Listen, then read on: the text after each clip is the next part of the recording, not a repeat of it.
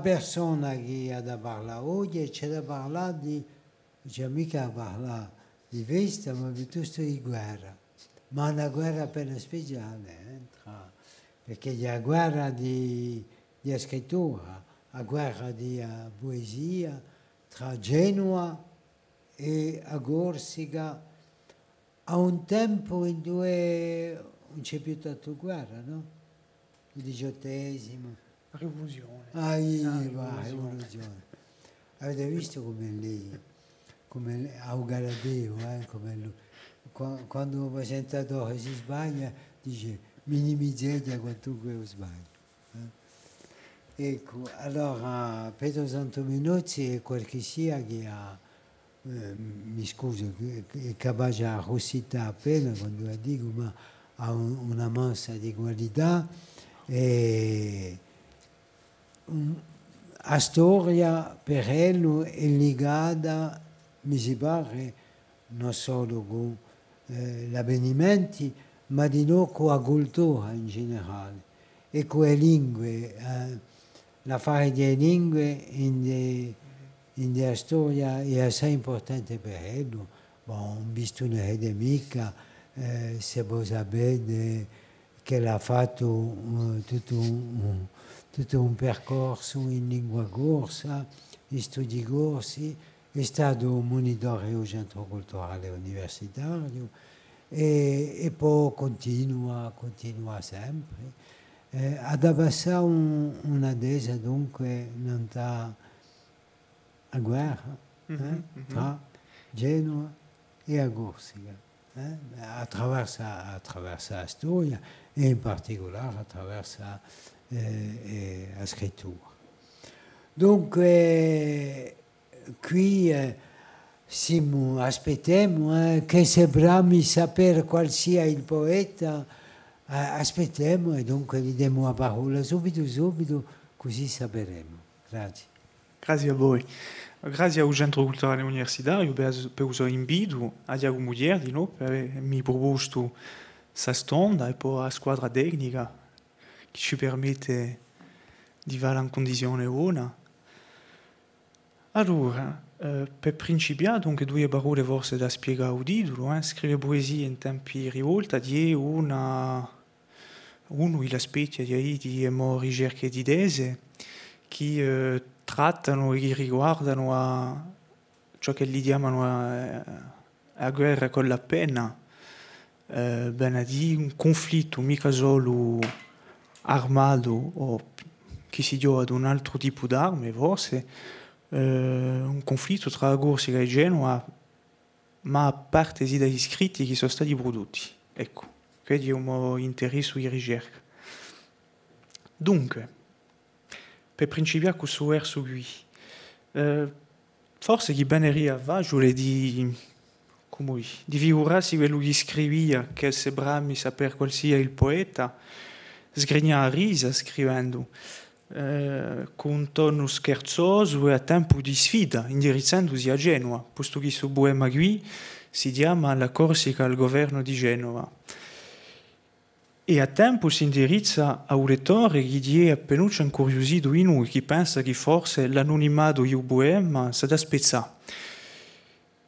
Ma sapere subito un lettore che fa fine un poeta gioca e sparisce subito, posto che verso dopo ci dice che fa fine l'identità non si può mai trovare. Dunque, che se brami sapere qual sia il poeta, tu sei nella tua solita pazzia. Ecco. Dunque, la scrittura di poesie non ne manca appena una pratica che è insolita. E pur non ci vorrei mica considerare questo tipo di scrittura qui come un gesto che è banale e comune. L'occasione, le circostanze di scrivere poesie sono assai numerose e i tempi di tensione politica, momenti di conflitti, di guerre, sono di nuovo momenti prediletti che ci permettono di osservare appunto accanto a altri scritti prodotti la presenza di poesia e l'uso che li ne facciano quelli a scriviano e che adoperano su modo di scrittura. Dunque, s'ha da trattare in questo posto d'un insieme di poesie che da un punto di vista di quantitativo non è tanto divisioso, posto che si tratta poco presto di una trentina di poesie scritte tra il 1730 e il 1739. Dunque, se lo paragonare con altre situazioni di conflitti che si sono passati all'epoca moderna in Europa, la quantità che ne avevamo noi è pochissima. Se noi vediamo, non so, il periodo di guerra di religione in Francia o i tempi di affronto in Francia o le rivolte o le rivoluzioni in monarchia spagnola di XVII secolo, penso a rivolta in Napoli, eccetera, dove la produzione poetica è assai divisiosa, si conta centinaia e migliaia di poemi che sono stati prodotti mentre ogni pochi anni e che sono stati pubblicati dunque. Dunque il nostro corpus l'ha giù chiappo in un fondo dell'archivio genuese che si chiama Processi per delitti di lesa maestà, ribellione di Corsica. E forse che noi ulteremo a penuccia non ta o perché? Perché qui in sul fondo qui ci si trovano le poesie. Dunque, la Giuetta, infine, si desti qui sono scritti tra il 1730 e il 39, dunque due parole forse di un contesto. Il 1722 è principio ciò che si chiama rivoluzione di Corsica, o le rivolte, o i tumulti, o la rivoluzione, che è un soggetto che lui è un nome che è sempre in dibattito. In tutti i casi ci interessiamo noi al primo decennio di questi movimenti qui, che sono assai ricchi, e si potrebbe forse identificare in questo periodo un momento che la produzione poetica è assai divisiosa, tra il 1731 e il 1733, vale a dire quando la rivolta Pia usò aprivo e poi c'è un avvenimento importante che si passa, di che Genova per fare venire con la rivolta chiama uso corso di l'imperatore d'Austria, Carlo VI. Ecco. Dunque, come si può dire, a rivolta corsa esce da un quadro corso genuese per interessare a un livello internazionale. Ecco. Dunque, forse due parole di non in questa cronologia qui, è un dei radiomica è di Boemi, perché chi è assai difficile di Boeli attribuisce una datazione, perché chi sono scritti per più anonimi e senza ade, dunque per provare a conoscere un momento di scrittura, ciò da riferisce agli elementi contestuali che sono dentro ai testi, quando si può scolinare, perché certe volte c'è mica elementi che rimandano a un'attualità anche se le vicina o lontana. Ecco. Dunque, apparteneriano si scritti qui a ciò che si è chiamato letteratura di combatto, che è un'espressione di Ferrando Ettori, o letteratura politica. In tutti i casi partecipano con tanti altri scritti in questo momento qui a polemica che è principiata tra gli insurretti, perché chi ciuleria fa forse una sfarenza in Corsica, una sfarenza tra quelli che si sono rivoltati e i corsi che fermano quantunque figli della Repubblica Genuese. Dunque, a polemica tra gli insurretti e la Repubblica di Genova, che a guerra si è fatta di noi, ciutando bene nell'inchiostro, secondo una macchina classica che l'ha dobrato un storico che viene del XVIII secolo, che si chiamava Ambrogio Rossi, e che scrivia: si diede principio a questi tempi e vicende per una guerra con la penna e non sempre la più misurata. Dunque, da principiare, ecco, si può riallegare una strovata di appa in un sonetto genuese, d'altronde, aiuto subito, perché chi forse non c'ha di avultà, la Repubblica di Genova ha pubblicato pochissimi poemi, non ne ha di che due per i degiani che ho studiato, di beta brucione corsa. Dunque, su sonetto genuese qui intitolato ad un ribellardir siego e la pena, il suo sonetto l'autore incoraggisce il governo della Repubblica e Udoga a opporsi in maniera appena più severa ai corsi, perché chi trova che l'azione della Repubblica è appena troppo molle, forse diventa a rivolta. E al di là dell'interesse introduttivo di questa strovada che va a vedere nel diaporama, ci permette di fare un riassunto di un'epoca di interrogazione, quantunque che abbiamo cercato di scavare appena di più dopo uno sposto.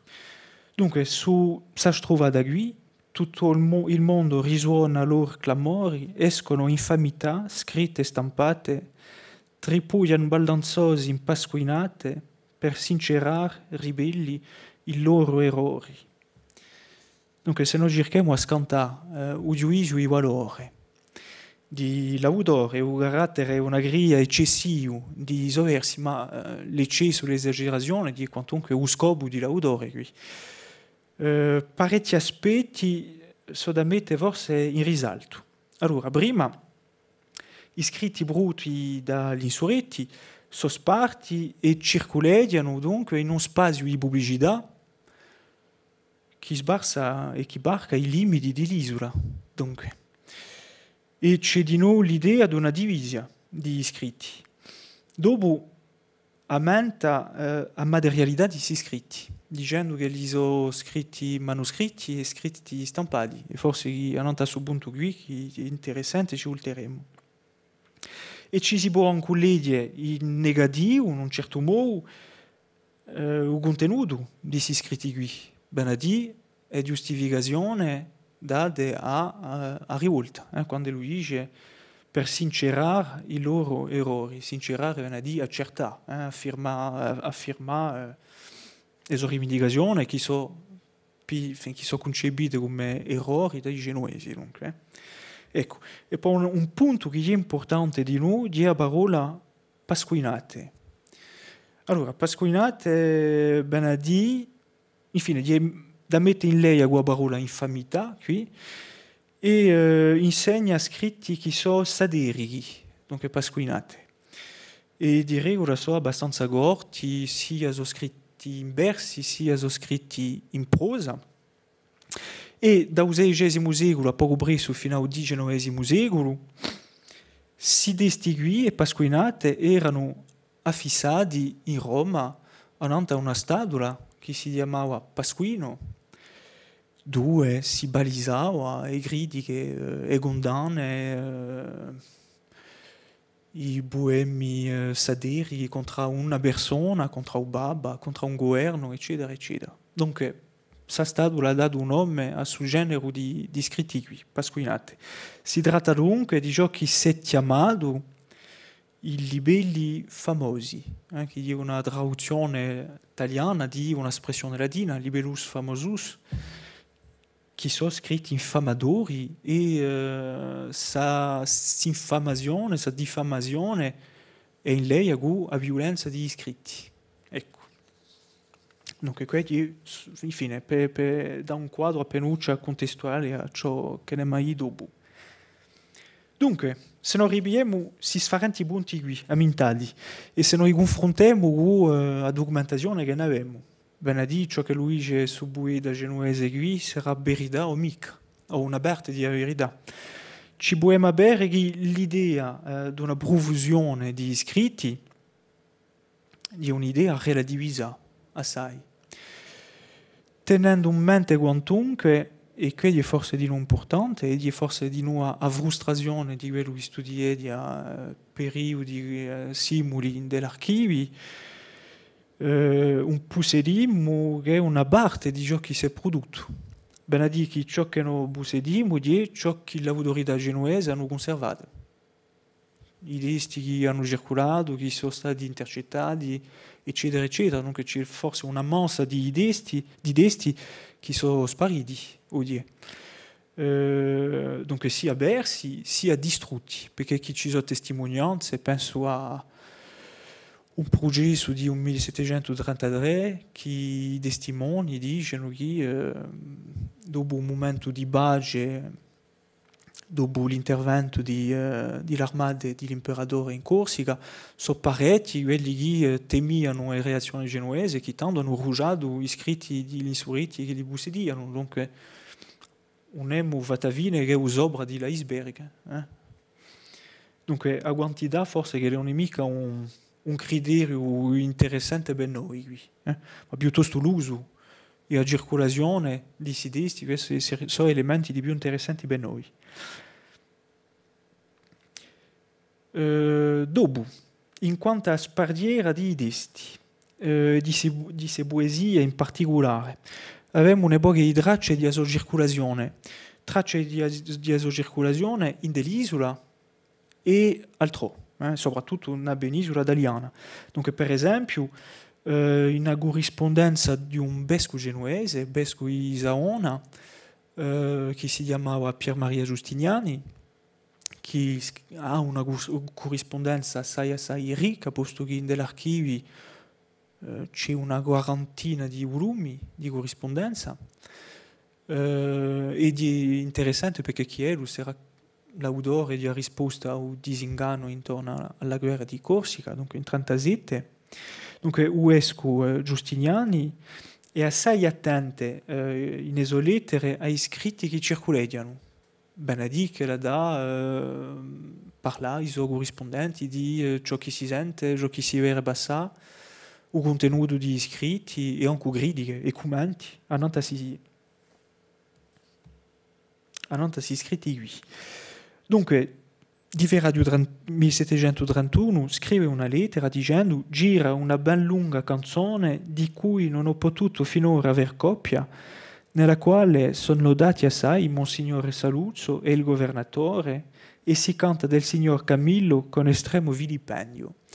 Dunque, forse due elementi di presentazione: Monsignore Saluzzo di un vescovo dell'isola, il governatore a suo momento qui si chiama Gio Francesco Groppalo, e il signor Camillo di un altro vescovo che si chiama Camillo Mari, e che fa l'oggetto di scherzi qui. Dunque ci può interrogare qui Verbio gira, cosa vuole dire un testo che gira. I significati sarebbero parecchi. Dunque insegneria sia un scritto che circoledia, ma che vescovo non ha mica avuto una coppia su scritto qui, sia che la poesia è detta, e tanto non è riuscito ad avere una trascrizione di sa poesia qui. E potremmo anche pensare che fatavine si due modi di spardiera, con lo scritto e con l'oralità, sono assai intrecciati, soprattutto in un contesto isolano.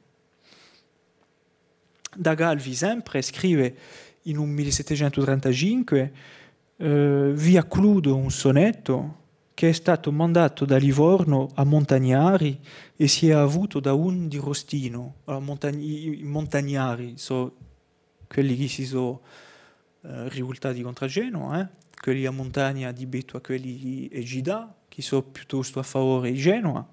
Ma ciò che è interessante e di un aspetto di primura di il fatto che il sonetto fosse stato mandato da Livorno, Bolesi, e si può fare l'ipotesi, e in tutti i casi di l'ipotesi di Amodesa, a maggior parte di iscritti che sono stati composti a favore degli insurretti sono stati iscritti fuori dall'isola. Benedì da corsi sia che campavano già in città di terraferma, sia che sono perduti a un momento di rivolta, che si sono stabiliti in Livorno, in Roma o in altre città, e che da queste città qui hanno scritto poesie o ciò che noi chiamiamo i pamphlet. E tanto si capisce forse meglio il fatto che si scritti circolassero di più fuori dall'isola. Ma un polemica lì che la circolazione tra l'Italia e la Corsica non sia mica intensa, ci sono rapporti strettissimi. Dunque, per indetto, sempre da questo punto qui, c'è una lettera ad un altro religioso che si chiama Cardi e che campa in Murado, che scrive nel 1732 che la conoscenza di scritti che li possedono religiosi che sono buttati da Toscana, no? E dice dunque ebbi poi contesta del dialogo recato da Livorno da un tal frate Serapione. Dicono che è un discorso tra un colonnello corso ed un capitano di Livorno sopra la guerra che conchiudesi con giustizia intrapresa e santamente eseguita. E poi dopo dice, veonco la canzone della guerra fatta sull'Ave Maria, li frati hanno il tutto, ma non li vogliono da nulla, perché chi si misfiediano dello. Un ultimo esempio di questa circolazione, lo troviamo in un altro progetto, di un progetto assai importante, progetto di una personalità dell'amministrazione militare genuese in Corsica, dunque chi si chiamava Francesco Maria Gentile, dunque di Uga Bigorsu, e che era il sergente maggiore di Piazza di Bastiglia al principio della rivolta, e che intratteneva una corrispondenza assai stretta con i capi di rivolta, Benadigia, Feri e Cecaldi, perché chi erano i suoi amici, infine, erano i suoi amici da poi a sua gioventù. Ecco, ma c'è più nulla. No. Non ho mica pensato alla batteria. E dunque, è arrestato in Genova perché chi si dice che era appiato a Bradesa di l'insurretti contro la Repubblica di Genova. E in dei suoi interrogatori ci sono parecchie domande che trattano di scritti che lo possiede. Dunque, scritti che lo possiede e a tempo aumenta il percorso e la circolazione di certi scritti, dunque da penisola italiana fino a Corsica, e spiega perché che lo possiede si scritti qui. Dunque dice, in una delle sue testimonianze, io mi ricordo aver copiati di propria mano 2 sonetti riguardanti la detta ribellione e la Repubblica Serenissima, quali mi furono dati da un soldato che veniva da Parma ed era passato per il stato di Milano ed era venuto a Genova, il nome di cui era il capitano Forco. Ecco, dunque si capisce che su poema qui, forse che lo è dai stadi di Milano di un ordo dell'Italia, chi sul lato qui si denia si scritti con ello fino a Genova e da Genova fino a Corsica, dove in contatto con altre persone mostrava si scritti qui, e poi c'era l'occasione di farli circolare attorno facendo una gobbie. Ecco, uno dei testimoni di suo progetto qui aumenta di Noel il fatto che la poesia circolava in Corsica e in città italiana e ci permettono di vedere che tipo di testi forse erano scritti e circolavano. Dunque lui dice, mi ricordo ancora che ho copiato un paternoster in versi toscani in aggravio della Serenissima Repubblica, ma al presente non mi ricordo di chi mi dasse la copia, dalla quale ne fece io l'altra, né mi ricordo che cosa abbia io fatto della copia che feci. Ecco. Dunque, poesie che c'è tutta una sociabilità in giro a questi testi qui, che erano gubbiati tra persone che si conoscevano, sapendo quantunque che conservarsi scritti può essere considerato come una espressione d'adesione alla rivolta. Dunque, possedere scritti era, come si può dire, si può essere sanzionato e si può essere giudicato e condannato per un crimine di lesa maestà, per abusare sui scritti qui. E ciò che è interessante è che il fatto di abusare sui scritti dunque era pericoloso, ma il fatto di dirli di noi. E c'è un esempio che io trovo in una lettera, dunque di una come si può dire, una raccomandazione di corsi indirizzata al governatore genuese contro un religioso. ecco, contro un religioso, e su religioso qui aveva abbiato a Bradesa, dunque di Lisureti, e dunque in dessa lettera qui ci dicono una gudori, patre maestro giudicilli dei servi, nei principi dei suddetti tumulti non mancava de cantare canzonette in biasimo della Serenissima Repubblica, a segno tale che fu dall'eccellentissimo commissario di quel tempo riportato nelle carceri e colà vi demorò per lo spazio d'un anno circa. Ecco, dunque un anno ibrigiò per aver recitato poesie in i paesi. Poesie dunque che queste poesie qui dette giravano in parecchie regioni, in parecchi circondi di Agursica. Dunque, le poesie, per tagliare alla corta, non erano scritte solo per le lettori, ma non per quelli che ascoltavano. E poi certe, per la sicura, non erano scritte, ma venivano dette o cantate e dopo potevano essere trascritte. Dunque, qualche testimonianza di questa pratica qui c'è, di una poesia oralizzata e di una poesia cantata che ci partecipava un collettivo, era un atto dove parecchie persone ci partecipavano. Dunque, per esempio, c'è una denuncia che è anonima, come sempre quasi, di 1731, una denuncia ingenua, che aumenta una canzonetta che è cantata e il contesto, se volete, è quando Genova approntava lo sbarco dell'armata dell'imperatore in Corsica. Ecco. Dunque, in sudesto qui, l'autore ci dice, e ciò che è interessante è che abbiamo un accesso quasi alla vita quotidiana di queste persone. Un giorno della scaduta settimana, mentre mi ritrovava sulle mura in vicinanza dell'arsenale, dunque in Genova, intesi da certe persone che stavano discorrendo dei soldati corsi, uno di essi disse che aveva inteso da un suo amico che fra di loro hanno composto una canzone e che la vanno cantando da certe ore quando non vi è altre persone che di loro nazione. Il tenore della medema viene a significare che tutte le truppe si manderà di qui, li hanno tutti a tagliare a pezzi. E ciò la cantano sulla cittera, dunque la gedera. Ecco. Un altro esempio, Bohème Droit, in de memorie di Sebastiano Augusta, dunque Sebastiano Augusta forse per presentarlo alla corte era nato da Iaccio, un avvocato formato in terraferma che si era stabilito in Genova e che nel 1731, a poco presto, 32, passa in Livorno perché chi vuole sostenere la rivoluzione.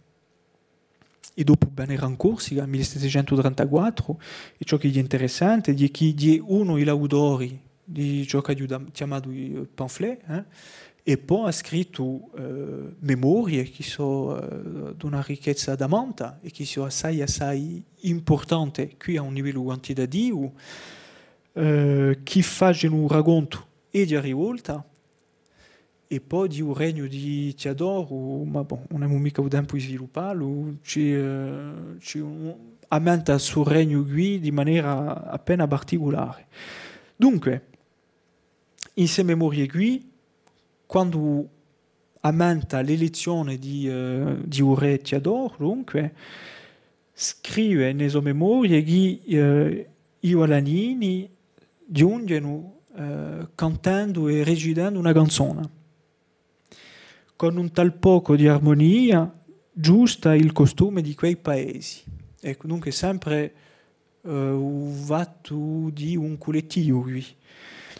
E si vede un manoscritto, non so mica se la si vede proprio qui, ma si vede un manoscritto che era già stata prima una trascrizione, forse, in tutti i casi è stata cancellata questa trascrizione qui.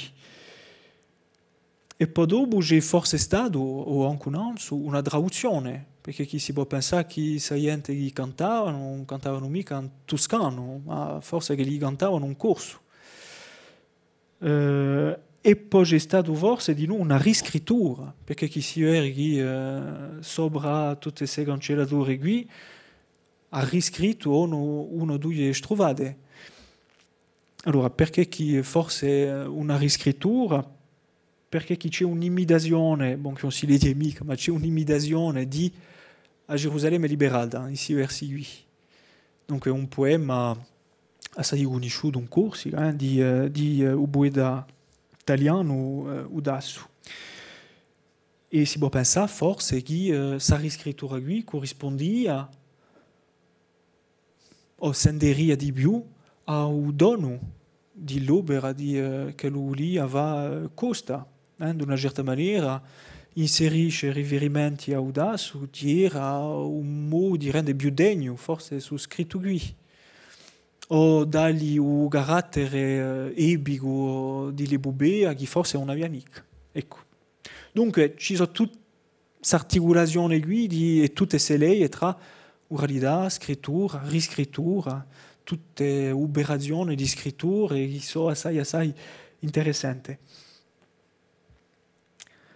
Allora, sempre nelle memorie di Gusta, per parlare di un rapporto tra l'oralità e la scrittura, c'è un discorso che non voglio mica messo perché non ne manca appena le di d'odio, non c'è un manoscritto, un discorso di Giacinto Bauli, dunque uomo di Pasquale Bauli, che in principio è un discorso a piazza di una chiesa, davanti a gente che gli ha unita, e prima di attaccare questo discorso dice e vi parlerò in rima a ciò che sto mio sentimento stiavi mai sempre impresso nel cuore e nella mente e tanto aveva improvvisato, ma qui ferma l'interrogazione, dunque aveva improvvisato un poema corto che imitava un passo di l'Eneide, con un rapporto tra Corsica,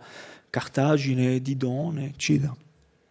Bon, bella sicuro, non si può mica sapere se Giacinto Bauli ha improvvisato di questa maniera qui su poema, o se lì di noi una riscrittura di gusta. In tutti i casi gusta ci ha l'illusione che la si è fatta così. Ma ciò che è interessante di noi è che non c'è mica contraddizione tra viura di un personaggio di Bauli che ne avevamo, posto che era un poeta riconosciuto quantunque, un poeta abbastanza colto, d'altronde, avevamo un pochi di sonetti che ci fermano dello, e poi c'è una testimonianza, per esempio, mica di un amico, ma in tutti i casi di una conoscenza che dice che in tempi di rivolta erano tramindui in una stanza a notte a Uiscuado e dice che hanno passato la nottata a recitare insieme sonetti uno dopo l'altro. Ecco, dunque l'oralità, secondo infine, a parte di ciò che Luigi Costa, è conservatorio di questi scritti qui. E di un aspetto di noi, e così avrà finito con tutte queste citazioni, di un aspetto di noi che si ritrova in memoria di Francesco Ottaviano Renucci. Quando lui dice j'aimais aussi les compositions du Piévant Astolphe et du Piévant Mézane sur des sujets patriotiques, et j'appréciais particulièrement les poèmes de l'ancien curé de Père, Angelo Maria Janor, si votre père, mon frère, avait de la mémoire. Il connaissait par cœur un grand nombre des octaves que l'on doit à ce curé savant. À propos de la première insurrection des Corses en 1729, on y trouvait l'énumération précise de tous ceux qui avaient embrassé la cause de la patrie opprimée et ceux qui y étaient restés fidèles à la Sérénissime République ou s'étaient déclarés en sa faveur. Ecco. Ma quando si parla in memoria e di trasmissione, si tratta di noi di avunzione memoriale che è la poesia, di sua capacità a innalzare monumenti, a costruire un ricordo di l'azione e di l'uomo, da che li siano celebrati, da che li diventino esempi da tramandare. Ecco, dunque la scrittura in poesia esprimeria, forse, quindi di un'ipotesi, l'intenzione di scriversi in un tempo lungo di beto ad altri scritti. Se non avevamo forse una sfarenza tra un pamphlet che è legato all'attualità, che l'attualità passata forse che non ha più la sua forza o il suo carattere efficace, la poesia ella si scrive in una temporalità che è di più lunga e che è fatta per essere trasmessa. Ecco. E ciò che è paradossale quantunque per il caso di Corsica è che se non teniamo in mente si può eseguire di un testo che si scrive in un tempo lungo, è paradossale di osservare che tutti questi poemi che ne abbiamo sono stati pubblicati in una forma manoscritta, per dire quella più frolla, e quella che forse si perde più facile, si distrugge più facile. E questo forse è un punto che lo già di subito, di che non ha mica trovato nell'archivio poemi che fossero stati stampati, sono tutti manoscritti. Allora forse che le so copie, forse che c'è stato un originale stampato, ma non si ritrova mica. Ce l'ha di noi chi stamperia in dell'isola non ce n'era mica, ce l'aspettava 1750 per averne una. Dunque l'obbligo di noi per quelli che erano in terraferma era di trovare, ci dà i padroni di stamperie che potevano accettare di stampare questi scritti qui. Ecco. Dunque, aveva forse che ne entra appena di più in uno studio di poemi stessi, dopo questi preliminari appena lunghi. Dunque, la scrittura poetica è una scrittura abbastanza magnidoia.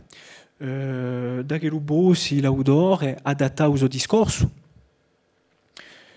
che lo vuole dare a sfarente forme che sono, forme poetiche, che sono a manide. E dunque, secondo i sovini, secondo il tipo di informazione che gli fa da materia, secondo il suo sapere fare, che gli viene forse da sua formazione, o da un contatto con la scrittura, con la letteratura, l'autore si può aiutare di varietà di forme che la poesia permette. Ecco, dunque si fa di noi questa scelta, e questo è importante, pur se non abbiamo mica informazione da questo punto qui, dunque questa scelta si fa secondo le competenze, secondo le pratiche e secondo l'abitudine e competenze reali o supposte dall'autore di pubblici che lo vuole educare. Ecco. Dunque principiamo con un poema scritto, e che è forse quello più ampio di tutto ciò che si è pubblicato mentre la rivoluzione di Corsica. Dunque un poema scritto in 1730 che è scritto d'altronde a pro di Genova. Dunque è un poema che è chiamato Corsica sediziosa per alcune pievi sollevate. C'è un altro titolo per questo poema qui che cambia poco, La Corsica sediziosa in molte sue pievi, e in un libro che è stato pubblicato poco fa, una decina di anni fa, che propone una traduzione su poema. Hanno una copia con tanto l'editoria. C'è un altro scritto che è proposto, Sollevazione dei corsi, i paesani invadono la città di Bastiglia. Ecco. Dunque si tratta di un poema che è detto eroico, scompartuto in 5 canti e composto di 313 strovate. Dunque una poco preso una cinquantina, una sessantina di pagine su poema qui. L'autore è l'usidio di l'ottava rima è quella che è stata adoperata dai poemi, quelli interessanti di noi, di tradizione cavalleresca in Italia, per dire l'Ariosto, Dasso, la Gerusalemme liberata e l'Orlando Furioso, sono poemi in ottava rima, e poi di una forma che è stata adoperata di noi per i poemi eroicomici. E dunque ogni strovata è composta da 8 versi, e questi versi qui sono endecasillabi, per dire con 11 pi ogni verso. Dunque l'autore, e questa è un'ipotesi che faccio, seria un bastiaccio, Carlo Luigi Donati, che era più anno di Casaconi. Ecco. Dunque, di cosa parla in suo poema qui? Tratta di un avvenimento assai preciso che accade a un momento abbastanza corto di cronologia, bene a dire l'assalto di Bastiglia di Verraggio di 1730. Di a poco preso forse appena contemporaneo di un famoso sonetto scritto un corso che se ne parla di tanto in tanto quando si presenta o spuntati a lingua a letteratura o scritto, ecco, di a poco preso contemporaneo, ma e un lemmo Micaetta, scusate, scrive in toscano e tutti i poemi che Diodoro sono scritti in toscano di noi. Non c'è quasi mica parole che potrebbero rimandare a un corso e fuori di un famoso sonetto che di una Pax quasi, in documentazione non ha mica trovato riferimenti alla lingua. Non ha la questione della lingua, c'era quantunque osservatori genuesi, penso a Uesco Giustiniani, che ho ammintato prima, che in una sua corrispondenza ogni tanto dice che è una parola che lui utilizzano i corsi in uso linguaggio, ecco, non c'era quantunque la coscienza di una sfarenza. Bon, ma per portare il nostro poema, dunque tratta di un avvenimento corto che è l'assalto di Bastiglia di Verraggio 1730 e ogni canto corrisponde a un momento di questa narrazione qui. Dunque, il primo, faccio una descrizione corta di suo poema. Dunque, il primo canto dice una spontanea rivolta che è nata dal torbido pensiero dei innovatori. Dunque, un pensiero oscuro di quelli che gli piacciono l'innovazione, ecco. Ma è su male qui, dunque un male a rivolta, bene infigurato, personificato, sotto i tratti di un maligno, bene a dire un imonio, e che fa un discorso in questo canto qui per incoraggiare la popolazione a rivoltarsi, e ciò che è interessantissimo è che un imonio quando lo piglia a Barona, a poco, piglia l'apparenza di San Piero. E finisce sul discorso dicendo se non mi riconoscete mica, so vostro abu, so San Piero. Ecco, che diceria a gente accolta Israele. Il secondo canto è aumenta l'azione di un governatore genuese di Lepica, dunque chi fa un discorso con due memorie che si oppongono, e quello è interessante, ci sono due ribertori personaggi, da una banda quelli corsi sempre vivi a Genova, che sono celebrati, e poi da un'altra banda tutti quelli che hanno partecipato a rivolte contro Genova, e soprattutto quelli che sono stati partigiani di San Piero, e che hanno condotto a Corsica a ruina. Ecco. E poi ma non abbiamo mica il tempo di forse di allungarsi la nota su punto qui, c'è una briga di più anni donati, dunque l'autore forse di un poema che inserisce a sua briga in 30 un poema da cercare a appaggiare a gente. Il terzo canto si concentra a Nanta la battaglia Gida, dunque di forse su un momento qui che corrisponderia a un eroico tragico, posto che è sua descrizione assai minuta, assai precisa di i disguasti fatti dai paesani, tra virgolette, a Gida, a Terranova. Allora, l'ultimo canto è infine, scusate, il quarto canto è il canto all'azione di un vescovo, dunque un vescovo Mari, che giunge in Bastiglia e che riesce, e qui c'è una legge tra l'azione di un vescovo e la provvidenza, dunque il vescovo riesce a appaggiare a gente e a fare che quelli che si sono rivoltati andassero di paesi, sortissero di società. Ecco, e il quinto canto di un momento di abbaggio e ritrova, di un momento di allegrezza, di eloe al governatore, di eloe al vescovo, e poi c'è una piccola elisse in cronologia, a fine di suo canto qui, e che è un passo proprio bello, parla di un personaggio che si chiama Gerolamo Veneroso, che è stato commissionato dalla Repubblica Genuese per andare a rimpiazzare il governatore in Bastiglia per trovare una soluzione a suo conflitto qui. E Veneroso a principio un buon nemico andava in Corsica perché chi dice che lei è troppo malato, troppo vecchio, eccetera, eccetera, e c'è la narrazione di un sogno. Dunque, un sogno che lo face Veneroso, che rammenta penuccia un sogno di Scipione e di Cicerone. Dunque, c'è un personaggio che si chiama Sicca, che comparisce nella stanza di Veneroso, e Sicca che dice, secondo la leggenda, dunque, nativa di Agida di Cartagine, all'epoca di Didone, siamo sempre in un momento di l'Eneide, e chi si seria maridata con Corre, dunque Corsica, e Corre che era il violo di un personaggio leggendario che si chiamava Ligure. Ecco, dunque, su sogno, infine, lo scopo di suo sogno è convince Veneroso di giungere quantunque in Corsica, e il poema si compie con a vista tanto a porto di Bastiglia a sbarcare di un nuovo governatore. Ecco.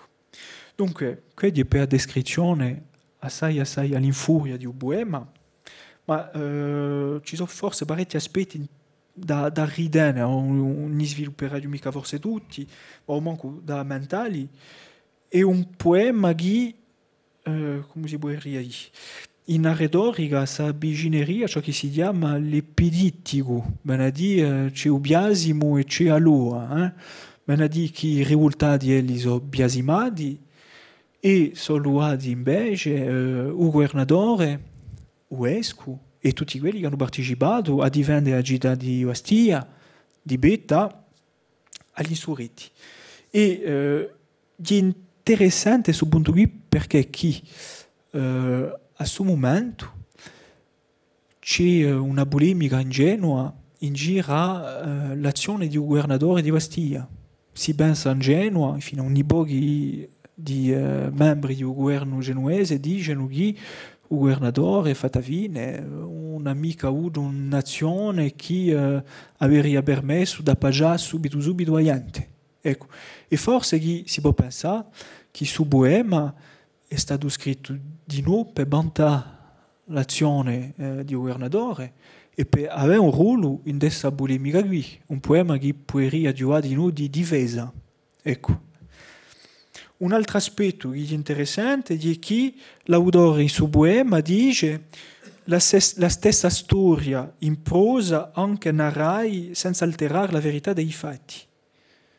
E di fatti in dell'archivio genuesi c'è una narrazione manoscritta che è stata scritta forse prima un mese di giugno di 1730 e che si assomiglia assai a suo poema qui.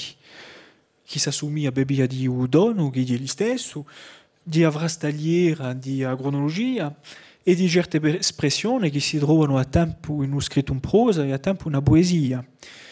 E su un tratto che è forse caratteristico di un pericolo che lo dice l'autore di generalizzazione, perché chi fa Tavine su poema potrebbe essere visto di nuovo come una difesa di Corsica.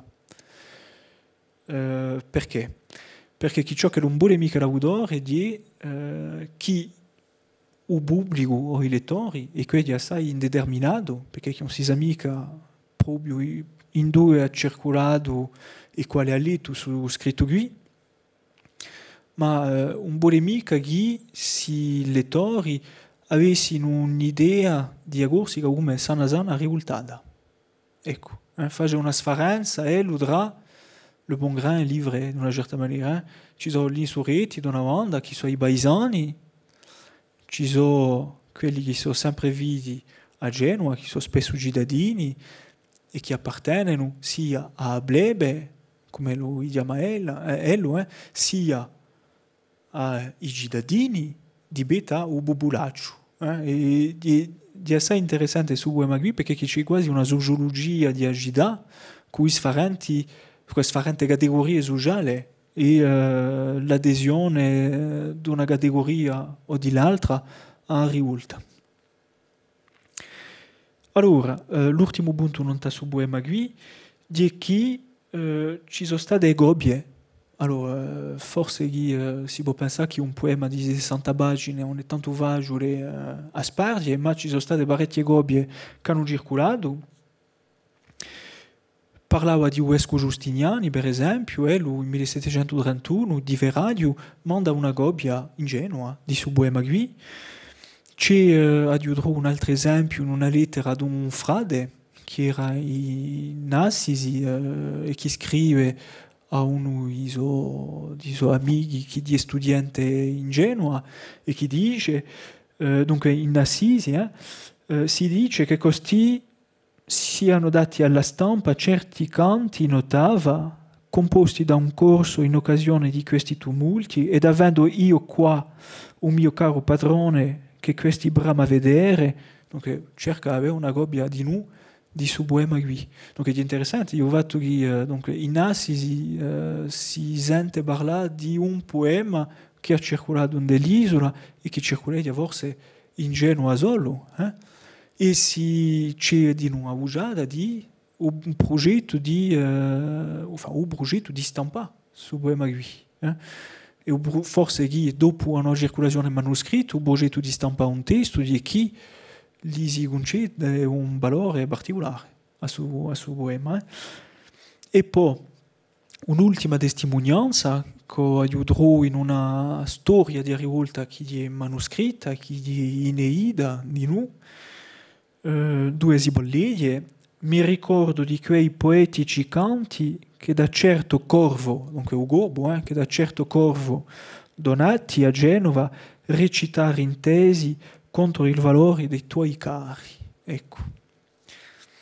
Dunque, dopo, che dirà per il primo poema, di forse fuori di un poema genuese, come ho mostrato a principio, di una di sole testimonianze di un poema pro di genuesi.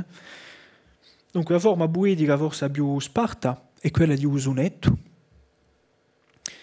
E di una forma che impone una condensazione, in un certo modo, di l'informazione che l'autore vuole trattare. Sia il poema si concentra in giro a un argomento, sia in giro a un luogo comune che l'autore costruisce che il poema gli permette di spargerlo, o che lo diappa d'altronde in altri scritti, che forse che non ne parleremo dopo. Dunque, potremmo identificare due gruppi di sonetti. In dell'insieme che ho potuto trovare. Il primo sono poemi che bene difficili, come la detto prima, a dargli una ada, ma forse si può pensare che sono stati scritti nel 1731.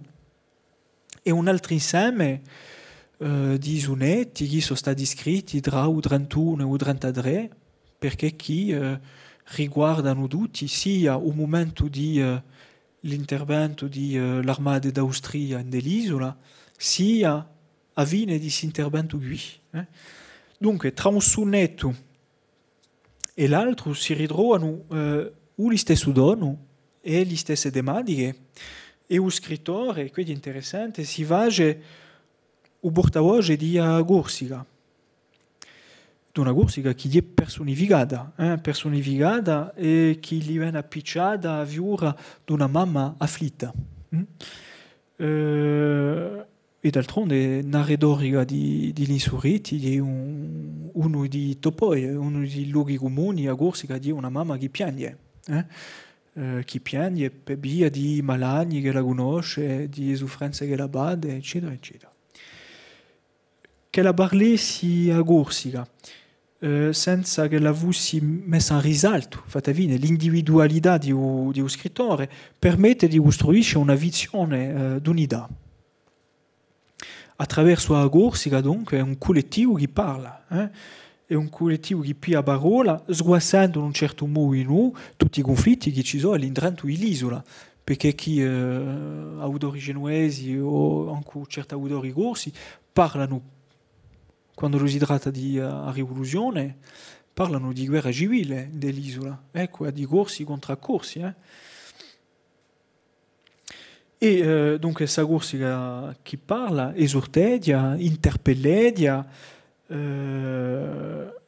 o bobolo, di maniera diretta. Dunque ci sono due isunetti, come mica posso dimostrare perché sono soltanto le di oggi, ci sono due isunetti, per esempio, che formano un dittico, come un chiama e rispondi, c'è una diamma e c'è una risposta.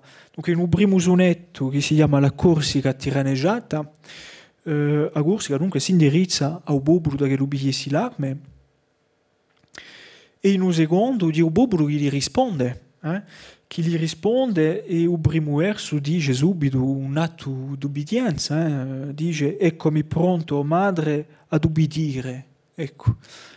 Dunque sempre per pigliare l'arme, scacciare i genuesi dall'isola, dunque sono poemi assai violenti quantunque, ma bon, forse che lei di noi una, come si può dire, l'illusione di una violenza che la permette a scrittura, e forse che nella realtà on si può mica sempre concretizzare questa violenza qui. Ma ciò che è interessante sul poema è che aumenta a parola Vitoli. Vitoli di, secondo la leggenda, quello che aveva dombo a San Piero. E i Vitoli saranno quelli che sono i traidori di Abadria.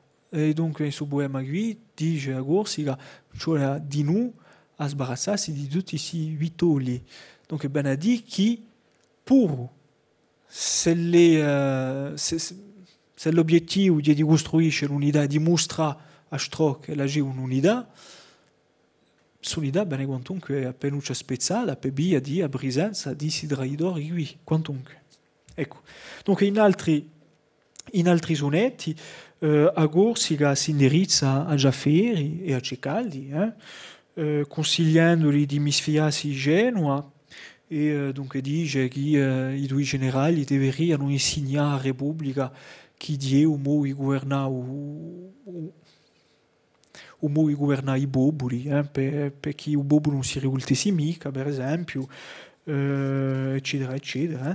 Si indirizza di nuovo a Corsica a ebudenze straniere, dunque di un poema che si chiama La Corsica a tutti i potentati, da balisare i malani, da balisare l'ingiustizia che la bade, e forse che su poema accompagna di noi qualcosa che si vage di maniera informale all'orale e poi anche gli scritti che di pubblicano gli surretti, di un sforzo diplomatico per dire ebudenze straniere da inframettesi in un conflitto tra l'isola e Genova, perché chi c'è sempre questa ricerca di un altro principe o allora di una soluzione che permetterebbe a Corsica di formare una repubblica, un regno, eccetera, eccetera. Ecco, in tutti i casi la ricerca di una maniera di governarsi particolare.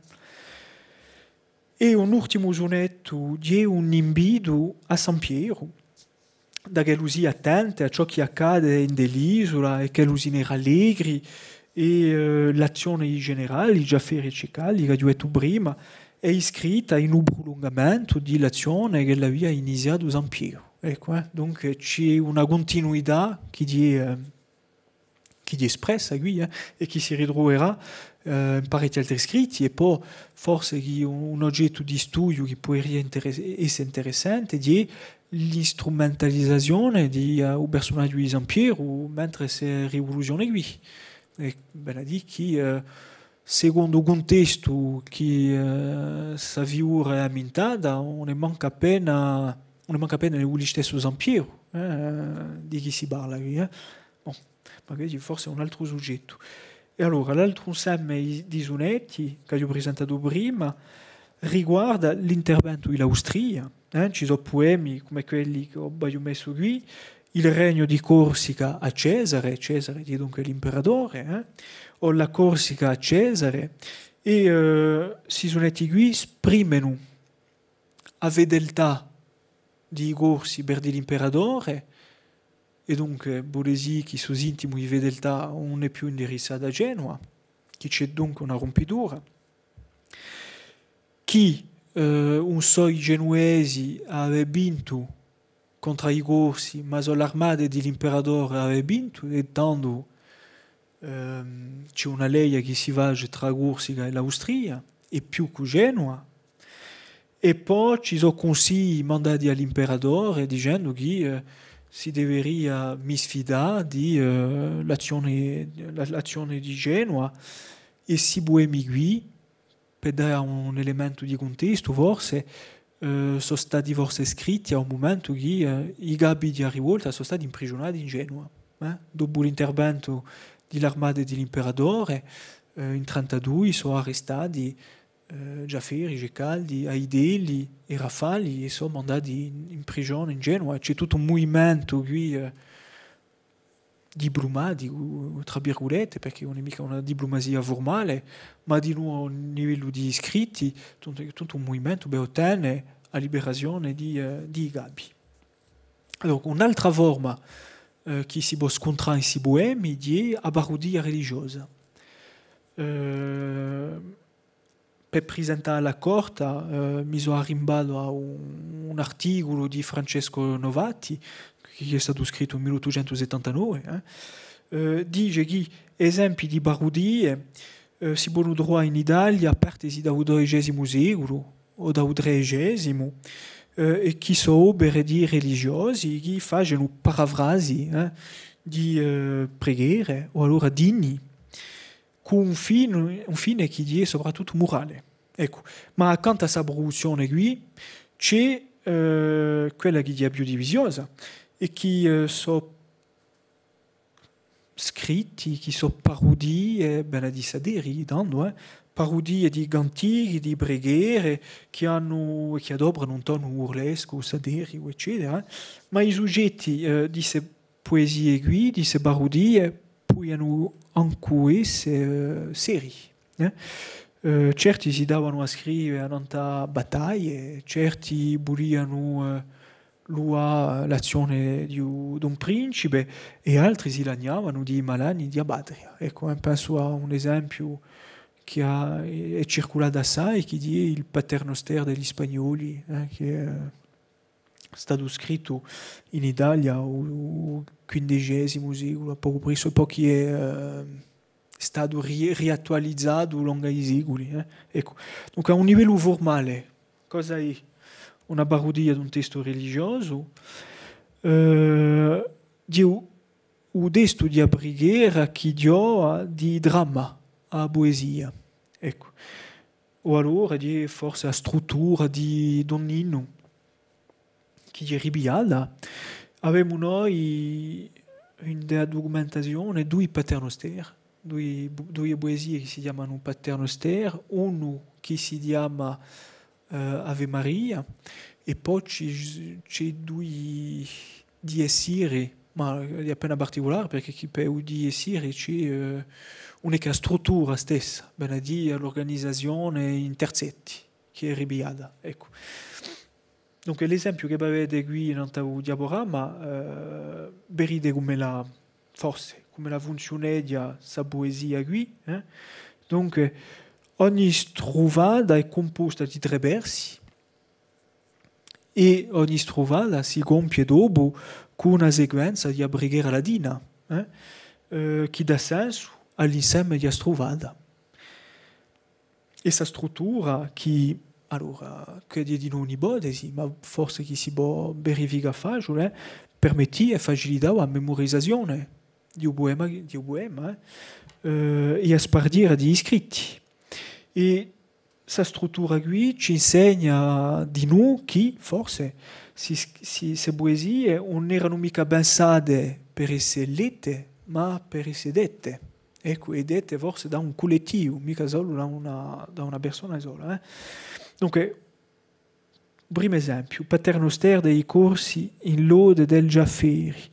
Udito in questa maniera dice ciò che sarà il contenuto di un poema, di uanto, di virtù e di l'azione di un capo di rivolta. Ecco, e ci sono parecchi poemi, una trentina che io trovo, o manco a metà che tratta solo di Giafferi. Giafferi come personaggio principale della rivolta, e chi ci permette di, come si può dire, di vedere come lo si fabbrica un eroe, non c'è, come lo si fabbrica in uno scritto un eroe. Un altro paternoster, quello, non so mica se può ricordare, ma di quello che ha ambientato a principio di un posto, che sembra mi sapere qual sia il poeta, dunque è ricacciato da un paternoster, dunque questo paternoster si chiama La Corsica al governo di Genova, che è scritto subito dopo l'intervento di truppe d'Austria e che è un'apostrofa alla Repubblica. Dunque questa poesia esprime prima la rompitura tra l'isola e Genova e a prima strovata dice che questa rompitura qui è irrimediabile, che si trova di noi in altri scritti d'altronde questo.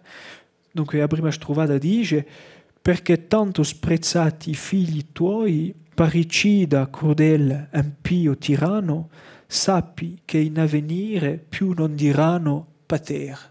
Ecco, e qui dunque si capisce un ruolo di sequenza di preghiera che è ripiata qui. Dunque c'è dunque una spicanza tra il governo tirannico, che era rappresentato con la figura di Uabo, e a madre patria, dunque questo doppio qui che è rotto. Dunque, un scrittore dopo allistinea l'accuse contro Genova, giuendosi di un linguaggio politico che era dobrato dagli studiosi nei differenti scritti, ma lo restituisce in maniera condensata, perché chi c'è quantunque la forma di un poema che lo giura rispettare. Dunque, una forma condensata e sotto la forma di immagine, da che l'usia forse di più sparto e da che l'usia forse di più accessibile di noi, a quelli che ascoltano, a quelli che leggono, e di forse di noi una maniera di spargere un'argomentazione, forse più che i pamphlet che poi hanno va 10 o 20 pagine, ecco. Dunque, ribiglia di noi e critiche che la indirizzava a Repubblica di Genova ai corsi e per via di procedimenti che sono ironici, potremmo dire così, ne annullisce a forza. Dunque in una strovata dice: ma se i corsi sono vili, impii e crudeli, perché quel luogo maledetto chiami regnum? Ecco. Dunque partecipa di nuovo scrittore a palisare l'intenzione vera di un governo genuese e sua azione, essendo comandate da Visi e la sua politica infernale, è chiamata così in Boema, è cagionata da sua scimisia, da sua pazzia. Già ti ha chiusi i lumi della superbia il tenebroso velo e bestial sei tu. E da incalcare antasiderati bene messa in risalto a natura animale di un tiranno, quanto è l'inumanità di ministri della Repubblica che sono mandati in Corsica, ma sono immagini queste che sono proprio classiche e che si ritrovano mica solo in un contesto dell'isola, ma per esempio nei poemi di rivolta napolitana nel 1647 si ritrovano le stesse immagini contro il governo spagnolo. E dunque, per esempio, c'è una immagine come un tiranno che ha succhiato sangue di un suo popolo, e dopo c'è un pezzo di strovata che è interessante, che dice: longi da te, dunque lontano da te, Nerone troppo crudele e da ministri tuoi tanto inumani saremmo. Ecco. L'ultima forma che avevamo scontro e quella di noi di un Apax, una documentazione di questa rima, o si chiama di noi esestina narrativa, di questo esempio qui. Dunque, esestina narrativa, ben a dire, poemi trovate di sei versi, che è una forma dobrata per poemi di più ampi, di più lunghi, ma con la stessa fama che o la stessa nomina o prestigio di l'ottava rima che ne abbiamo ammentato prima. Dunque è utilizzata in un poema che è senza titolo, che è forse scritto nel 1735 e che è composto di 43 sestine. Dunque 43 sestine e ogni struvada è composta da un'alternanza di endegasillabi e di settenari, dunque ondegibei e settebei. Dunque in su disto, fa in su boema. Dopo ha ricomandato sia ai muse, o scrittore si indirizza a Corsica, da che la undesi retta ai barule di Genova, e da che la vugiesi so gombricole e poi so inganni, perché chi spesso nelle poesie Genova è chiamata Giano, e Giano rimanda a un'antica divinità romana, Janus. Ecco. E Giano è una figura mitica di noi che sarebbe all'origine di Agida di Genova, ecco, e che spesso è rappresentato in dell'iconografia, scusate, tradizionale genuese con due gabi, dunque Gianno bifronte. E puoi essere un simbolo questo di localizzazione di Genova, di localizzazione geografica di Genova. Genova ci dà chi di una porta di a Lombardia, eccetera, eccetera. Ma ciò che li fa i scrittori di queste poesie guide è che ribiano sa figura, ma ne dorcono un significato. Utilizzano sa fare di a persona con un doppio viso, ecco, una doppia faccia. Per incalcare una natura doppia, appunto, di Genova, palisando la doppiezza della sua politica e l'ipocrisia di uso discorso. E in suo poema qui, per esempio, scrive Ubuida di due facce è dipinto il prance gianno o cirno ascolta in vero da tutti egli è dipinto dunque fuggilo ormai che troppo è fiero. Ecco. Dunque a metà di un poema dopo è costituito da un repertorio di gabi di rivolta. C'è un listino assai lungo di differenti protagonisti a rivolta e ognuno è interpellato, ognuno è incoraggiato a battersi, ve la sicura, e a certi è associata una figura dell'antichità greca o romana, penuscia come vide di Plutarca, o allora di qualcosa che si ritrova appena più tardi, forse con Bossuet, con Pasquale Paoli, Paoli e Paminondas, eccetera, eccetera. Ma questo è uno degli esempi scarsi a questo momento qui di un'analogia tra personaggi di rivolta e personaggi dell'antichità. Ecco, dunque un esempio ai degli nuovo Omero, nuovo Platone, nuovo Archimede 6. Cioè mica, erano forse appena vumudi, intanto.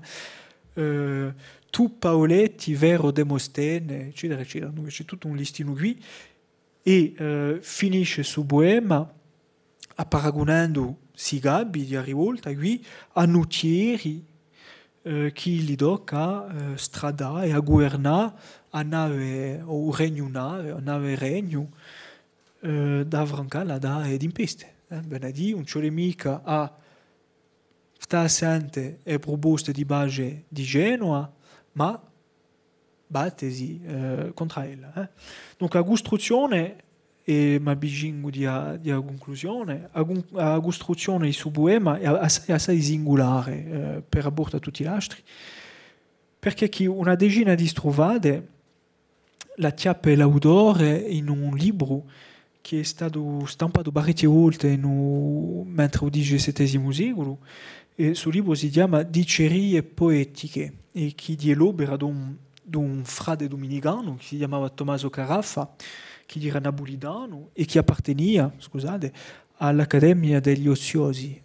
E dunque, se volete, è un libro dove, secondo le tematiche, c'è un listino di luoghi comuni.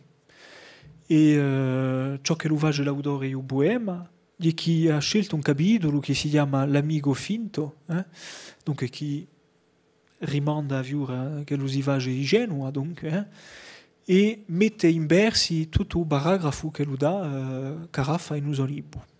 Ecco.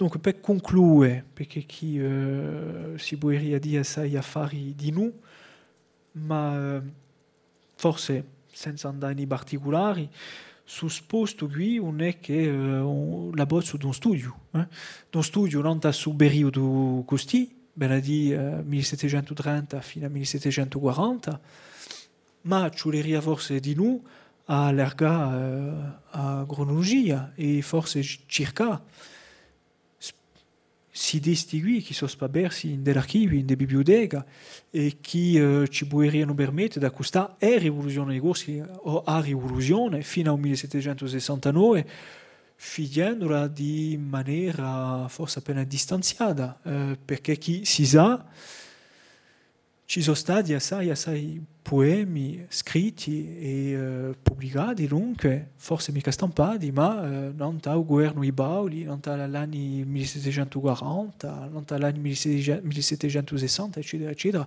che fermano forse sempre sconosciuti e che sarebbero interessanti di noi per via anche di un studio, non dai rapporti tra letteratura politica e politicizzazione della letteratura e come la dice Angelo Monti, literarizzazione di noi di bulimica. Ecco, a ringraziarvi.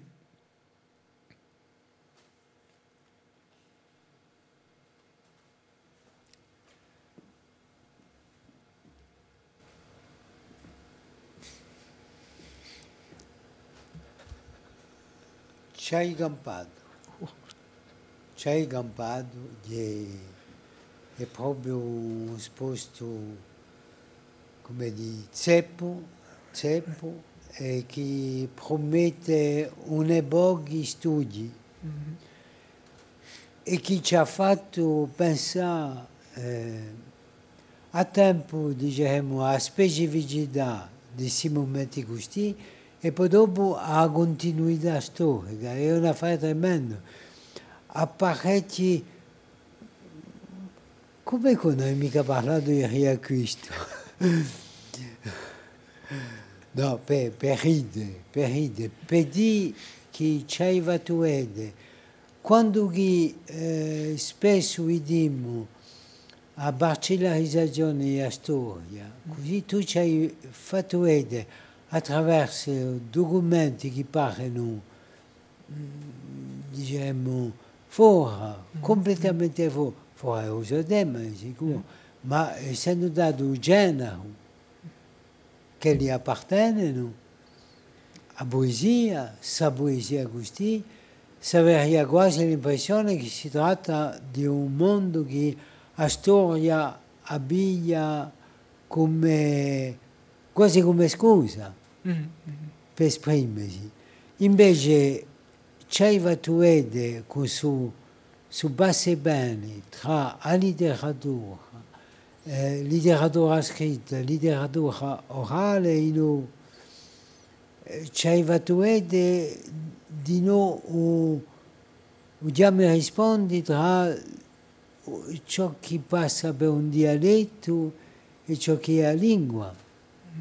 E abbiamo vissuto vede, percepisce qui o là cose che forse rilevano di un corso e mica di un italiano, di un toscano. Fine, c'è una ricchezza, hai parlato di Divizia parecchie volte, io parlerebbe anche di ricchezza, perché ci hai fatto delle parole, dunque penso che c'è più che una affare a fare, di alleghi e poi dopo a cercare tutti i documenti che sono possibili su senso così, perché è una meraviglia.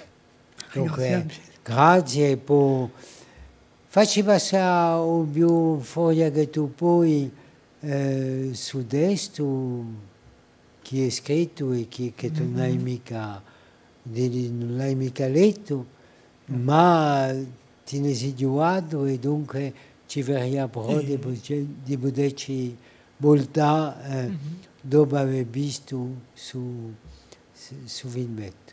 Grazie. Volentieri. Grazie a voi. Ho fatto un sogno d'università, in cui parlo universalità. E ho fatto un sogno d'università, temuci la bene.